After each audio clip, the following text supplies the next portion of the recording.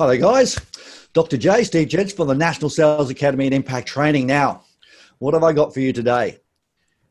In my travels, I always go around and I try to find the best people that really know their stuff, as you know. And we have this inner circle. And today, I've got a really great mate, but also an absolute genius in the areas of automation.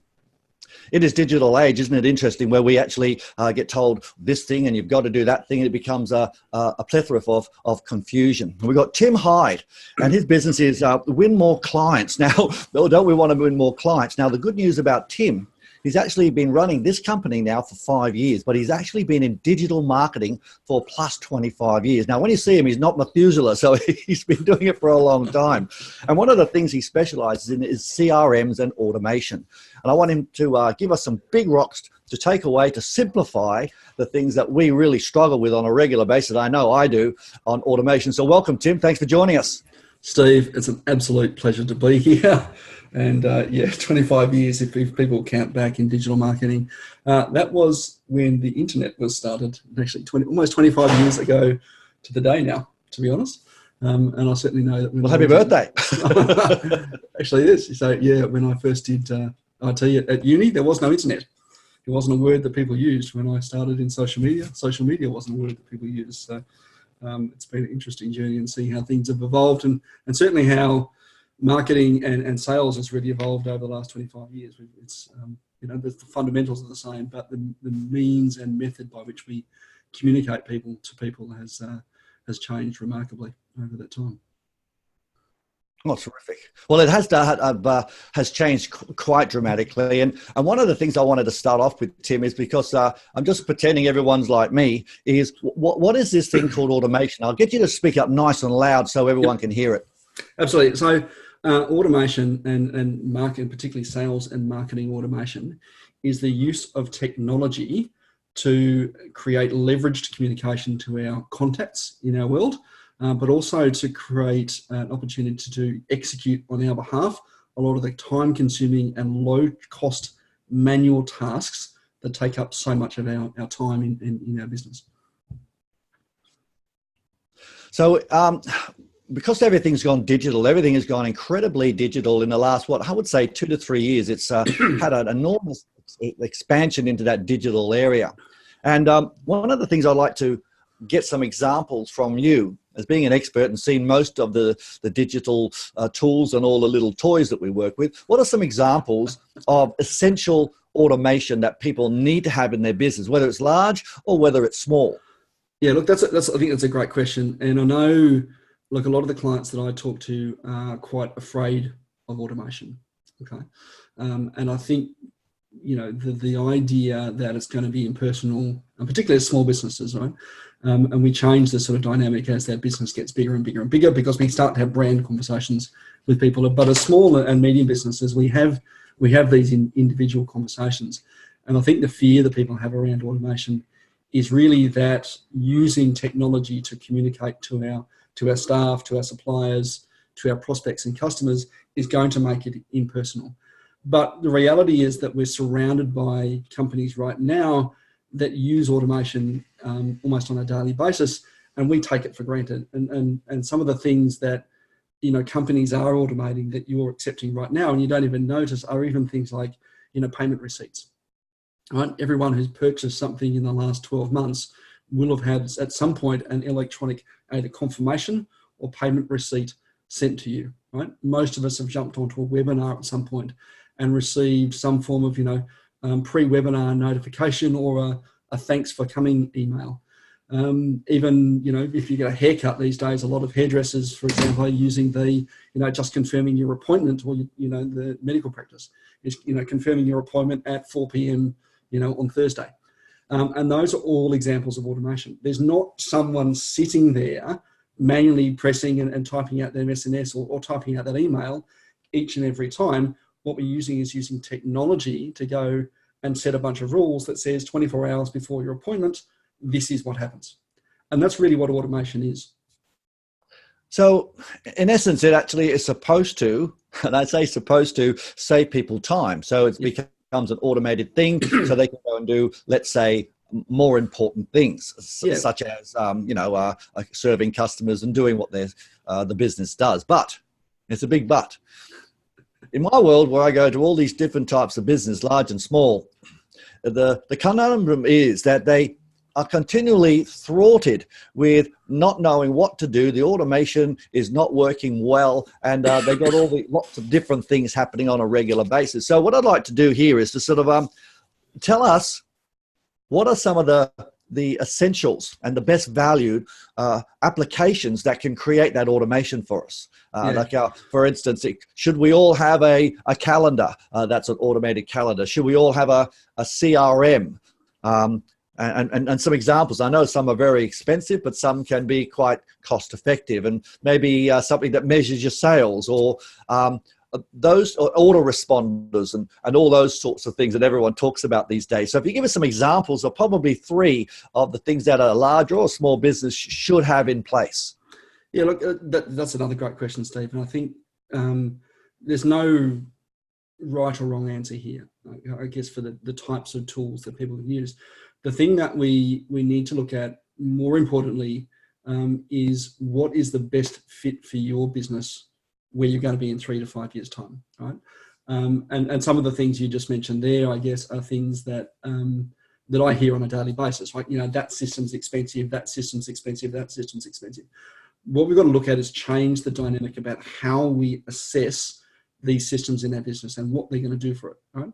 So any system is expensive. I don't care whether it's $9 or $900 if it's a system that you never use. And we've all done that, right? We've all invested in courses or in programs or in technology and software that we don't use. Just about everybody, listening to this recording, watching this recording, will have Excel on their, or some form of spreadsheet application on their desktop, on their computer, right? That's a technology that you've invested in your business. And yet, if you're being honest with yourself, most people would say, I can color a cell, I can maybe put a border around it, and I can use, equals open brackets or some open bracket cell range, right?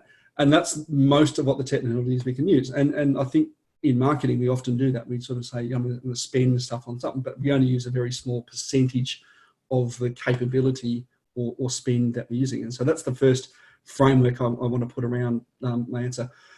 I think the second mistake or third mistake here is really, so first one is obviously looking at it from cost. Second one is not looking at it from where you need to be and the functionality that you're going to need to be for your business where it is in 5 years' time. But I think the third mistake, and probably one of the big ones people make, I think it's a silver bullet for solving everything that ails you, right? You've got to understand, what is your customer journey? So what is it that attracts my customer into my world, makes them aware of who it is that I am, nurtures that relationship through various different stages until we build that know, like, and trust knowledge. At some point, it's going to go to somebody whose responsibility is to change the value conversation from time and attention into, I'm going to give you something and you're going to give me money. And then we need to look at what happens post that exchange, right? Because that's still a relationship. And very much like we build our personal relationships, with your significant other, we need to build our business relationships in the same way. If we just go out every single date and say, hey, I think we should have 10 kids. Yes, even if you're a really great salesman, you are going to close some dates, right? And win some business. But the vast majority of opportunities are going to say, I'm not ready for that right now. And they're going to walk out the door. And so automation is really about sort of elongating that conversation so we can have a longer conversation with more people until such time as they're ready to buy. Now, so in other words, if we have a nurturing process, like you get an inquiry, or maybe just, let's say, an expression of interest someone has, and then they might receive something, and then it gets to a point where, say I'd like to buy something. So with that in mind, what are some examples of some, I call them applications or programs that they should actually have in their business? Let's just say 3. I will give you a couple. I just want to make one more point before we get into that, Steve, and that's the last mistake that I see time and time again, okay?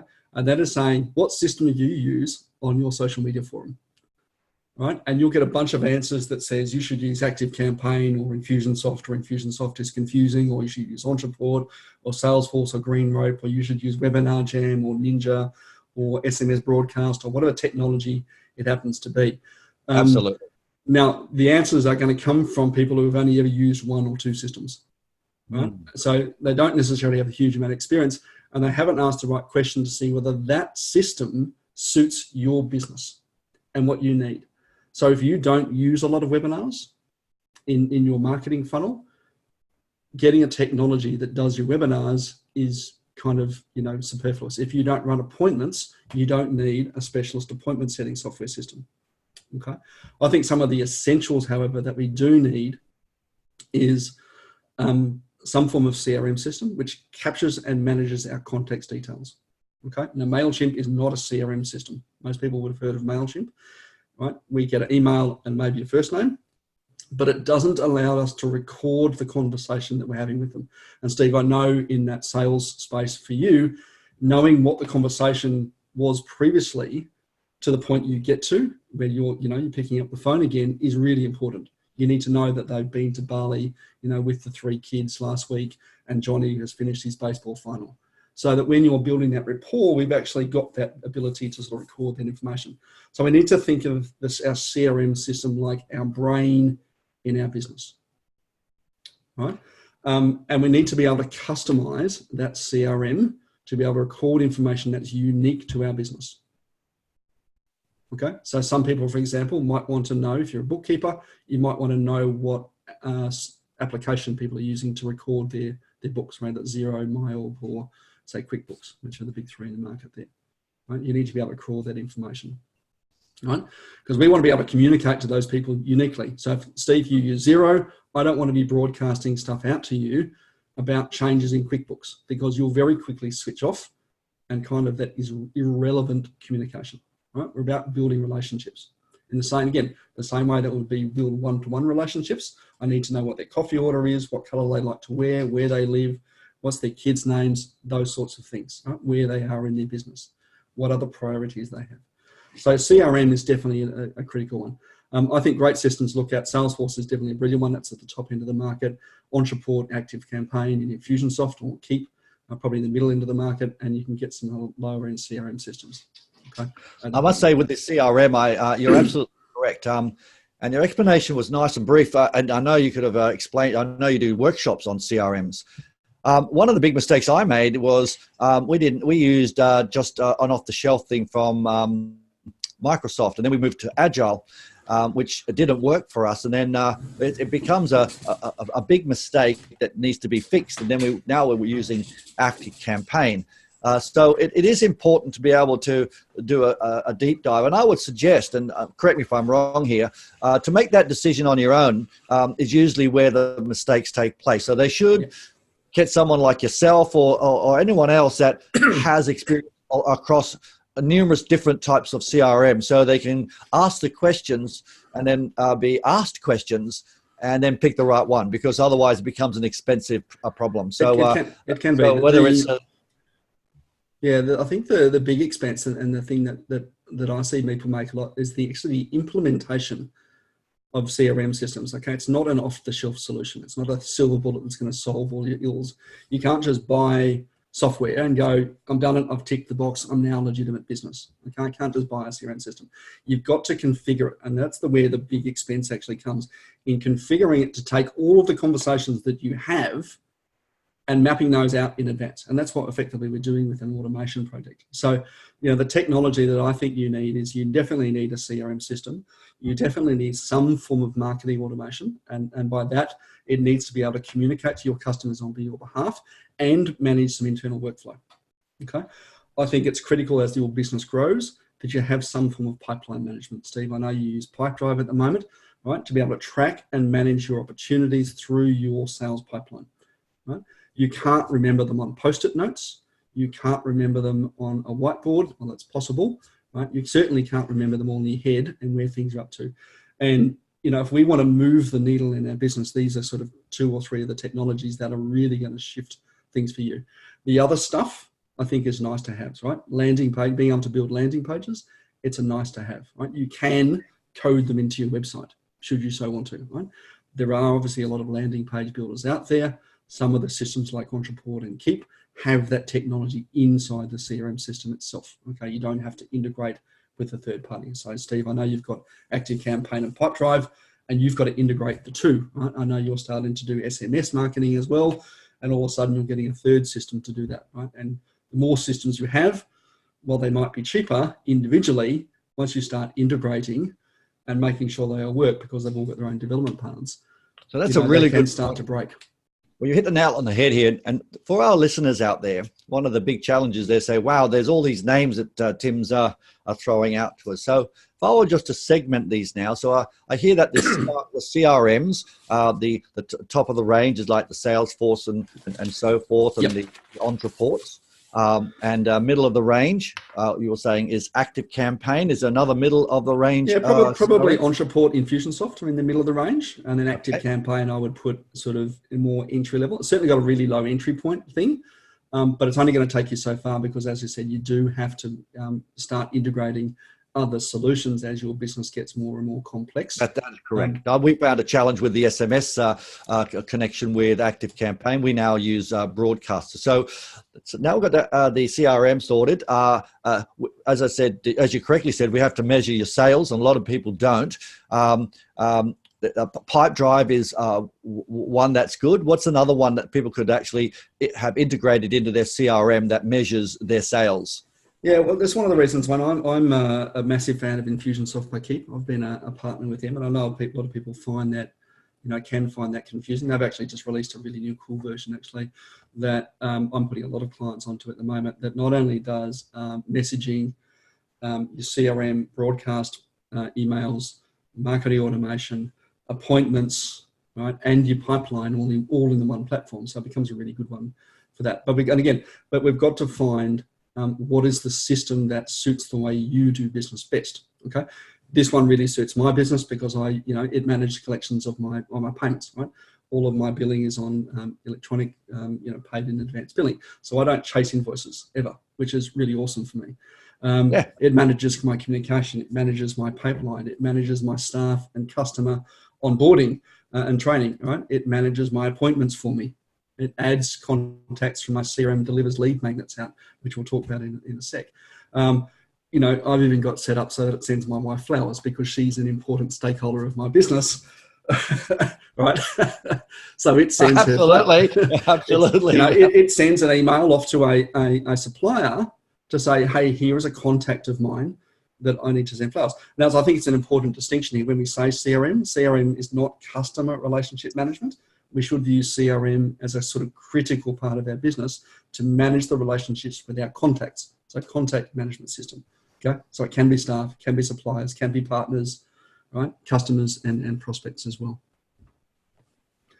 Okay. But there are lots of systems out there. And I think if you just look at the monthly sticker price, because most of these systems are sold on a monthly subscription, right? That is the wrong way to look at it, right? Even a system that's, if you're worth $200 or $300 an hour in your genius zone, if you can find 1 hour of automation in your business, you've made your money back. If you can find 2 hours, you're $300 ahead.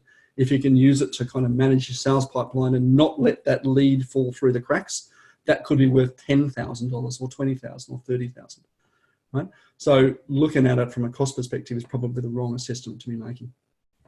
So if we're saying that for a one-stop shop product or application that I would call it, or program, is Infusionsoft, because it does the SMSing, it does the let's say the customer relationship protocol, and also gathers the information. So even though it costs a little bit more, you don't have to buy 3 other applications to work with. Well, that's good info, and that's correct. And you do need someone to help you with that, and that's why we're talking to experts.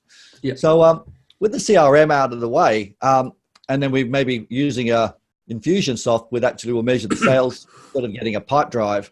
A lot of talk these days is about sales funnels or lead magnets to be able to generate leads. Now, the big war cry out there is we need more leads.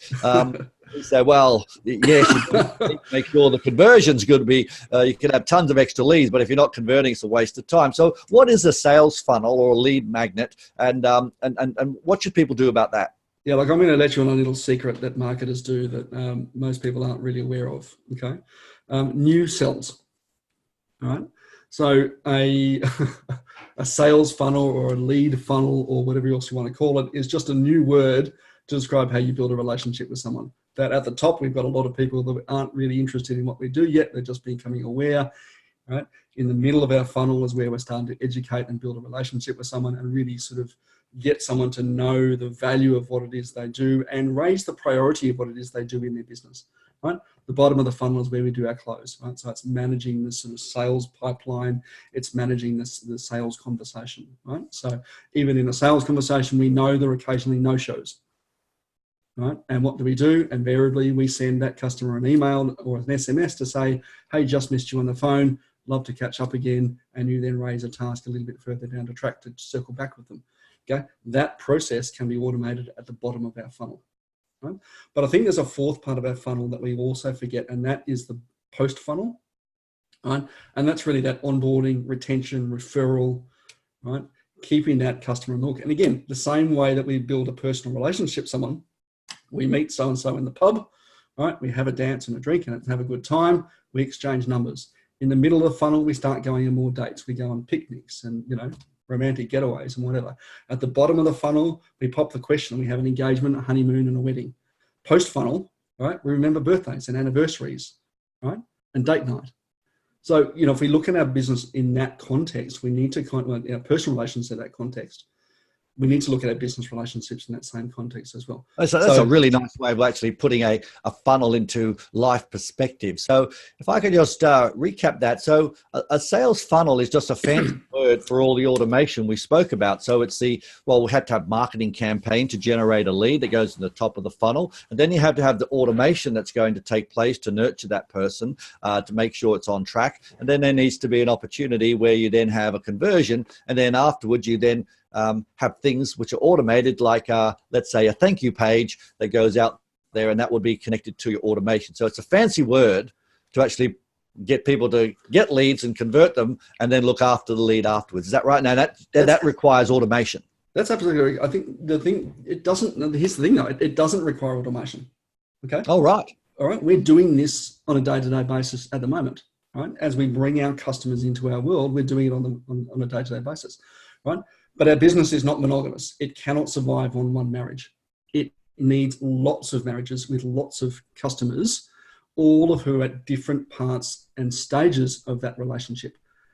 Right? So if we want to do it on a leveraged basis, if we want to save time, if we want to get organized, this is where automation and our CRM really helps us, because it allows us to create that the appearance of one-to-one conversation without necessarily being a one-to-one conversation that takes up our time to do so.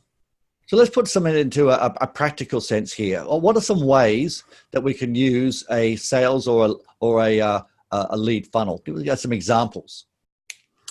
Look, again, really good examples are some of the ones I gave earlier. Right? So if you've got a doctor's appointment and you get a reminder to get that your doctor's appointment on, it's not the doctor sitting there and going, who are my appointments tomorrow, and sending out those things. Right? They're using, the trigger, which is your appointment booking, and they're setting a bunch of rules around what should happen when that trigger event has occurred. And we've only got 3 things we can build in automation. And ironically, we do them in our day-to-day life. We've just got 40, 50, 60 years of experience that says this is what happens when this trigger event occurs. So right now, if the phone rings, there's something that occurs, right? First thing you do is pause this recording. Second thing is you pick up the phone and see who's calling. Third thing you do is I'm going to decide whether I'm going to answer that. The fourth thing is you do swipe right. The fifth thing you do is say hello, and then you wait. But it all comes from that trigger event.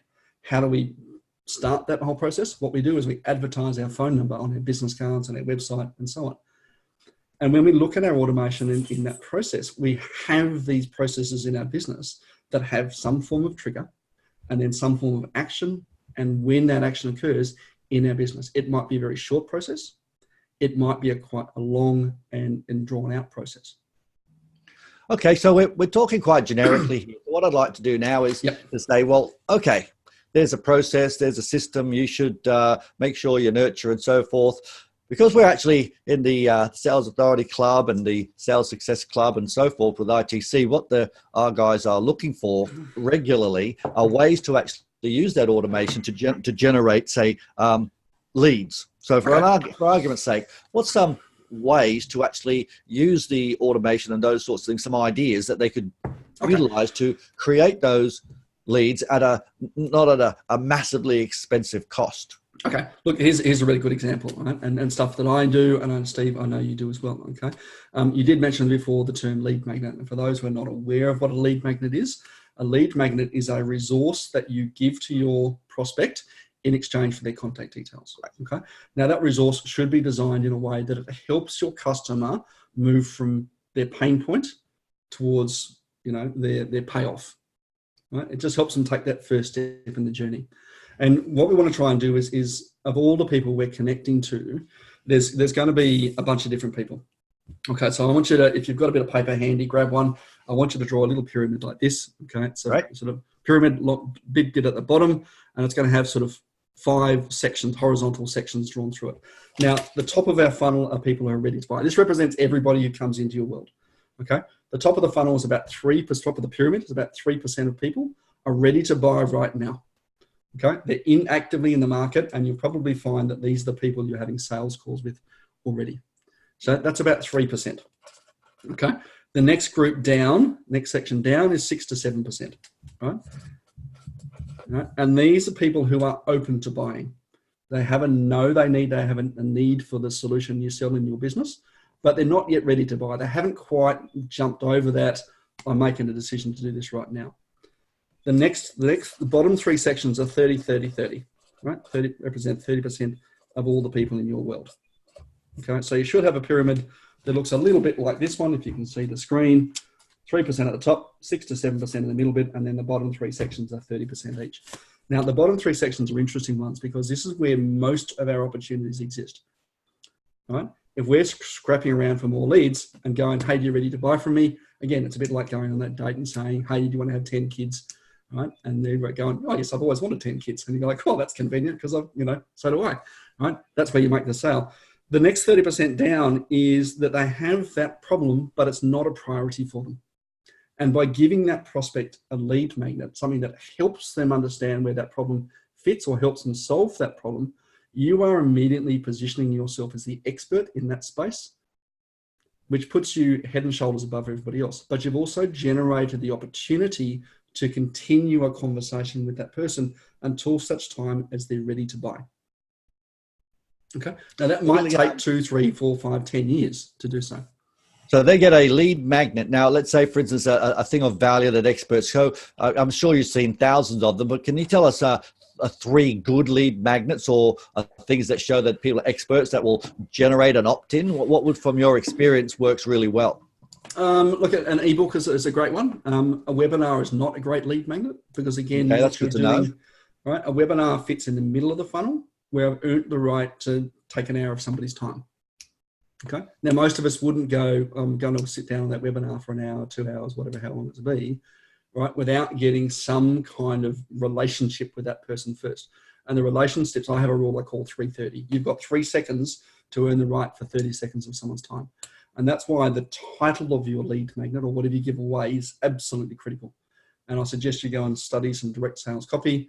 You can get some really good tips there in terms of getting the title. It's got to be a question. It's got to talk to a problem, not a solution. And it's got to, really kind of antagonize and kind of create, I guess, an open loop in somebody's mind. We see it on the news all the time. Okay. Coming up after the break, the great story. You're like, oh, I better stay. Okay. That's really good information. So your lead magnet needs to ask them a question, or have you heard about this? Is 4 mistakes that people are losing thousands of dollars. The reasons people are not generating leads. 4 ways to do that.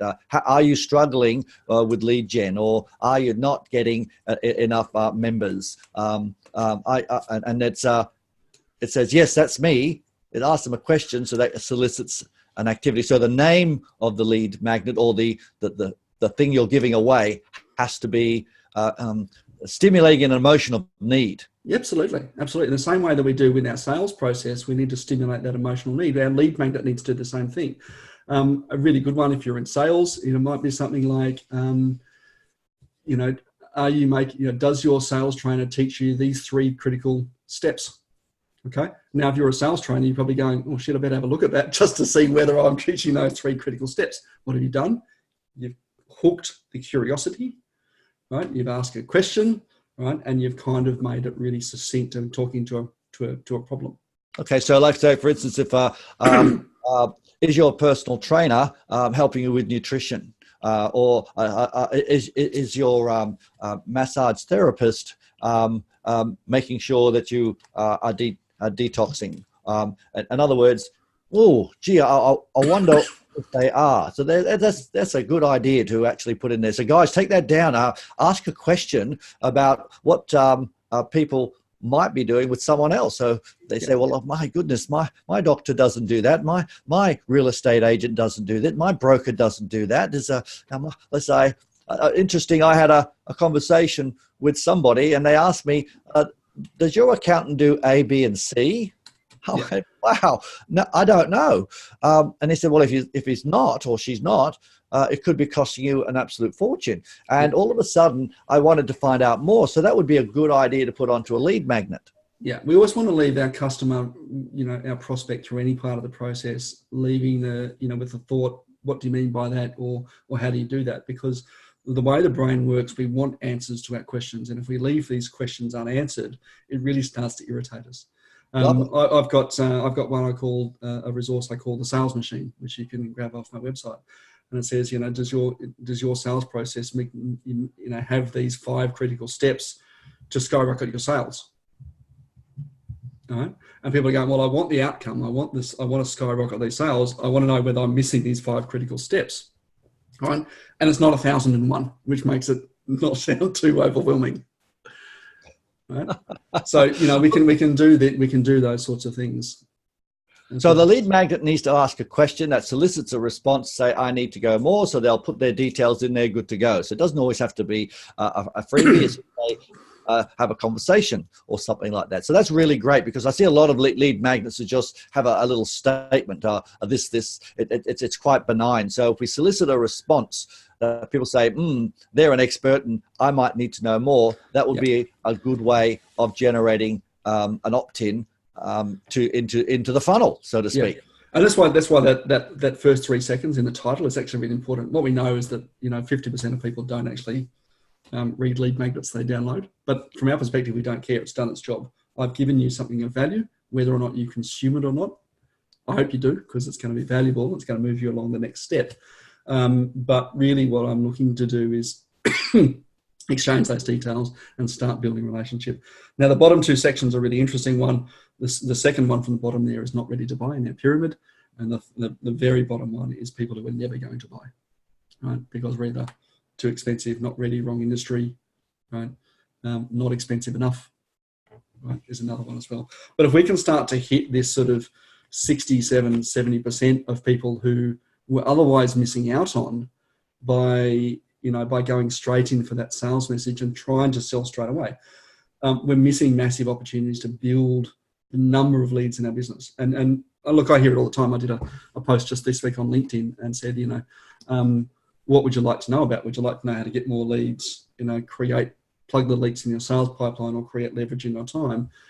I would said, a good sort of 7, 8 out of 10 people said, I'd love to have more leads. And yet I'm looking at these people's profiles and they've got 10,000 connections. And I go, well, what are those if not opportunities to build a relationship with and create sales opportunities? Sometimes we don't know what we don't know. So as someone who's in that field, especially in marketing, digital marketing, lead gen, can see that a simple idea that they can utilize some of the resources they already have does come in handy. Though that's why you're around, mate. So that's why we're having it today. Absolutely. Okay. And then we want to extend it, right? So we want to say, okay, you're not yet ready to buy from me, but if I continue to build a relationship with you, at some point in the future, you will. I saw a stat a couple of years ago now from some studies done in the US that suggested that 85% of your ideal customer will buy from you within 2 years if you can maintain a relationship for that long. And yet most people don't have the systems or process or patience to be able to do so. And that's Right. where automation might help, where you are nurturing pieces accordingly so they receive great content. It's not always asking them to buy. And if you have a system in place, it's all about the system to make sure that you have that perception. And it's all about perception, isn't it? That you do care and they do know you. So when they're ready to buy, they say, oh, gee whiz, I need a house. Gee whiz, I need a car. Boy, I need a loan. Gee, those people were regularly telling me some good stuff. So that makes a lot of sense. And automation, it is essential. Back in the old days, we send letters and then faxes, but that doesn't happen anymore. That's right. Look, and every one of us listening to this call as well, Steve, I know you're an awesome, you have an amazing close rate, but even you've had clients who have said, I'm not going to go ahead. I've chosen another solution, or I've decided not to go ahead because the timing's not right now. Okay, fabulous. So we build an automation that says, I'm going to circle back with you in 6 months' time. Right? And what do you do in 6 months' time? It reminds you to go back to that prospect who's now 6 months old, who said no to us, and you just touch base and say, hey, how's it going? Right? It's not that they weren't, okay? They might have gone, hey, that other guy was shit. I'm glad you called. I've been thinking, I lost your number. So keeping in front of mind, I think it's called front of mind, with a little bit of content, and then every now and then have automation say, hey, call Tim or call Steve. And that's where the systems of automation need to be in place and tailored for each business. We want to look at our automation that if I only had one prospect who wasn't ready to buy from me right now, how would I build a relationship with them? And how would I use a system to create leverage so that I can go and watch Netflix and it can communicate for me? Terrific. At the end of the day, the last couple of questions I've got for you are a little bit pointy. There are so many things that we do wrong, and there's some things we do right. If you could pick the biggest mistake in creating that automation to nurture leads, to make sure that you get hold of someone that's ready to buy, especially in that automation, what would you think the biggest mistake that people need to avoid is? Oh, look, toss up between two mistakes here, I think.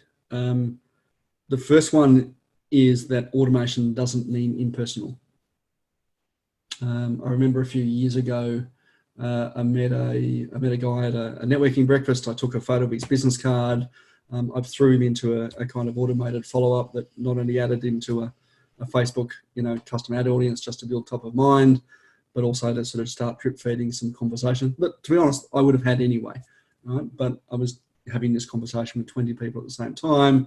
Eventually it said, hey, we'd love to catch up for a coffee. If you're cool with that, here's the link to my online diary. Why don't you do that? It sent him a couple of reminders, said, looking forward to meeting you tomorrow, sort of thing. And I sat down in his office and I said, tell me a bit more about what it is you do and some of the things you'd like to achieve. So, maybe I might be able to help you kind of get those things.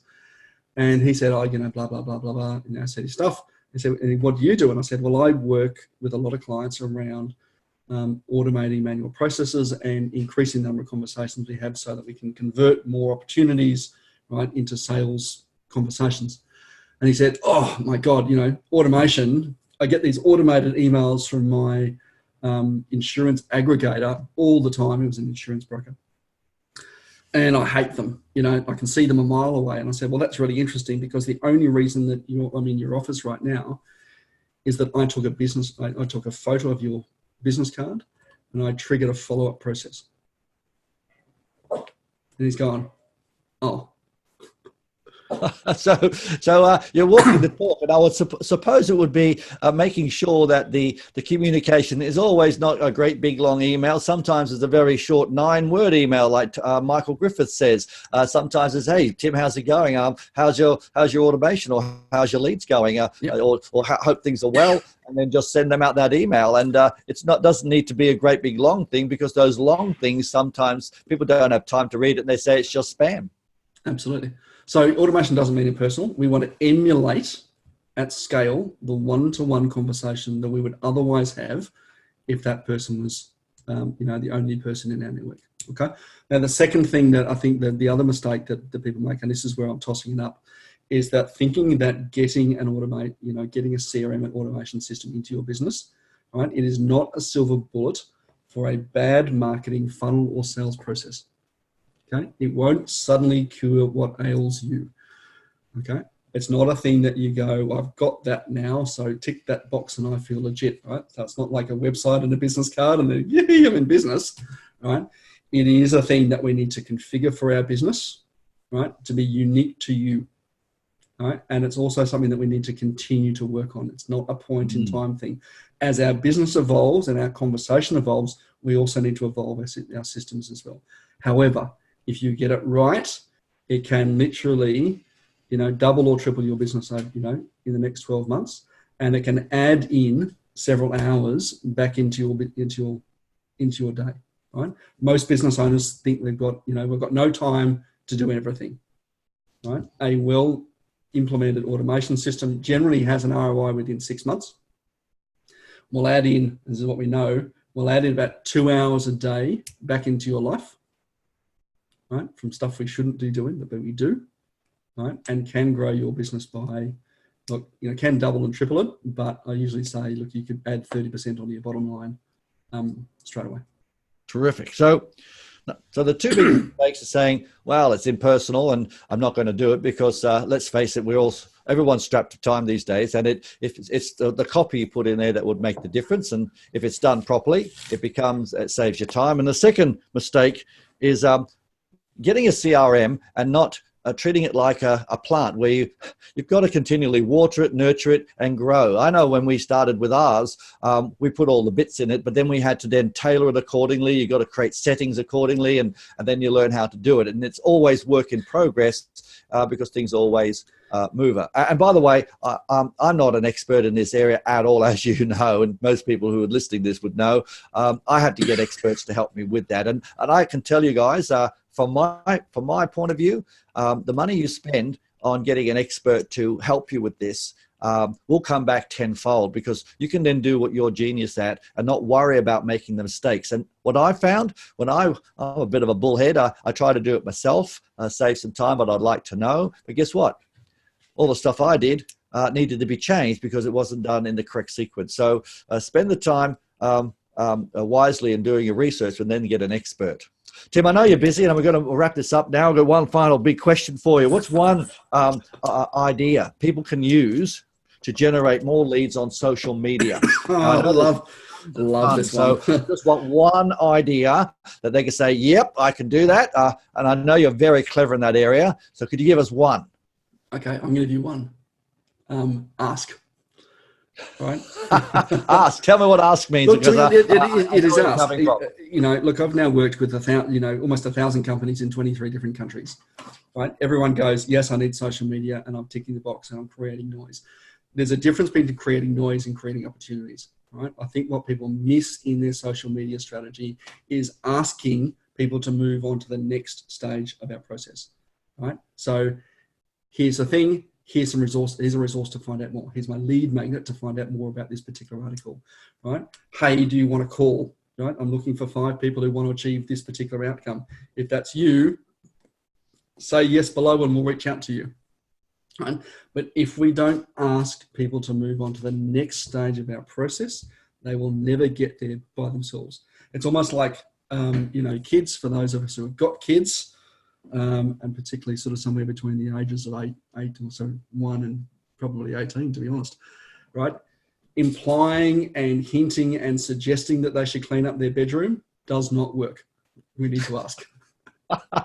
So you just gave us one example of an ask. I'm looking for 5 people that would like to have this outcome or have this problem solved. Click yes down the bottom. What's a couple of other ask type scenarios that we could wrap up with? Well, again, if we've got our lead magnets well designed and, they relate it to the sort of conversation that we're having with customers. So I think we used that sort of, the massage example earlier, and you're saying, hey, look, here's a sort of video that I've just shot on particular massage techniques, right? Relate that to the next part of it, which is, if you want to know more about this particular thing, go here and get my lead magnet. Okay. Our process after that is, here's your lead magnet. Is that something you need help with? Here's my big epiphany. Value add, value add, value add. Is that something you just want to reach out? I'm looking for these people. Is that one of you? So if they ask you to say, do you have a problem? If they do, either click here now and get my gift, my way of fixing it. So you're asking the question instead of just putting it out there. You're asking, do you have a problem? I'm looking for 6 people to help. If you've got this problem, click here and good to go. So that makes a lot of sense. So we've got to have the automation and the things in place beforehand. What we're talking about this morning, if they've got those 3 things in place, will make a massive difference. That's right. And we know that there's a fast track and a slow track. The fast track, you're always going to pick up the call and say, hey, if you need help right now, pick up the phone and call me. Right? But if you're not, I'll just drip feed some more stuff to you until you are ready. It is interesting. A lot of people actually go through, as you said, I think the word you used was hinting. And isn't it funny? Sometimes a direct approach is always equally as good. I've actually, people go through, let's just send them this and send them that. And so why don't you just ask them, especially, in other words, go into that what's next mentality. Yeah. Ask for a what's next. Let's do this. What are we doing? Instead of just sending it and waiting. So that's been great, Tim. And look, a wealth of knowledge. We could chat for hours. Now, with your business and win more clients, how can people get hold of you? And what's something let's say, a thing that you could give our guys to actually help them? Yeah, look, if anyone wants to jump over to my website, I've got a bunch of resources on there. I've got a bunch of lead magnets on there that will start the conversation. But feel free to grab those. There's some really good stuff amongst that, on my resources page on my website. Give us some examples of what a couple of resources they can download. I've got to pull them up now, Steve, and see what they all are. So I've got one that, how do you make more money by the weekend? More money in your pocket by the weekend. So the name of the website is winmoresales.com.au. Yeah, winmoreclients. Okay. .com.au. So winmoreclients.com.au. And how can people get in contact with you, Tim? Because I'm sure there's going to be lots of questions after listening to this interview. Yeah, absolutely. Look, you can certainly contact me through the website, contact form on the website. If you do download one of those resources, I will be in contact with you in due course anyway. But if someone wants to jump on a call and see how we can help and have a chat more about how you can use automation in your business more effectively to get back a bunch of hours, get organized and grow your business, winmoreclients.com.au/plan, PLAN. And I know, Steve, you'll put that in the link to the comments below. And happy to sort of jump on a call and have a chat with people and see how we might be able to put something together and direct you in the right point you in the right direction. Oh, terrific. So would they be able to do it on a Zoom like this and maybe record it and maybe keep it for later? Yeah, absolutely. I'm happy to do so. So we'll tee up a Zoom call and, record it, and you've got a bunch of ideas and a bit of a strategy to move forward in what you should be doing in your business. Terrific. Well, look, guys, how good was that? So much stuff about automation and generating leads and doing conversions. It's a plethora of things that we could have spoken about, but we wanted to give you some things to firstly get you thinking, some things you can do straight away. And I'm always an advocate of reaching out and having a conversation. So I strongly recommend that you have a chat with Tim with regards to seeing how your automation is, maybe do a little bit of a check to make sure everything's on track, and take advantage of some of those great resources. I mean, sounds like there's about 5 or 6 of them there. You can just pop in there and you'll be able to talk to the great man. Look, Tim, thanks so much for joining us today. Always great to talk to you, and thanks for keeping it simple for me, and because I think simple is best when it comes down, even the people that know what they're talking about. Sometimes going back to basics is great, but sometimes the basics are quite overwhelming, and you've made it sound much easier to understand. So thanks so much. No, my pleasure, Steve. Thanks for the opportunity to chat to you and to everybody watching the recording. Terrific. All right, guys, Dr. J signing off. And remember, go down the bottom, click the link, and get some of the good stuff and have a chat with Mr. Tim Hyde, and he'll help you win more clients. All right, we'll catch up with you. We're a little bit older. Bye for now.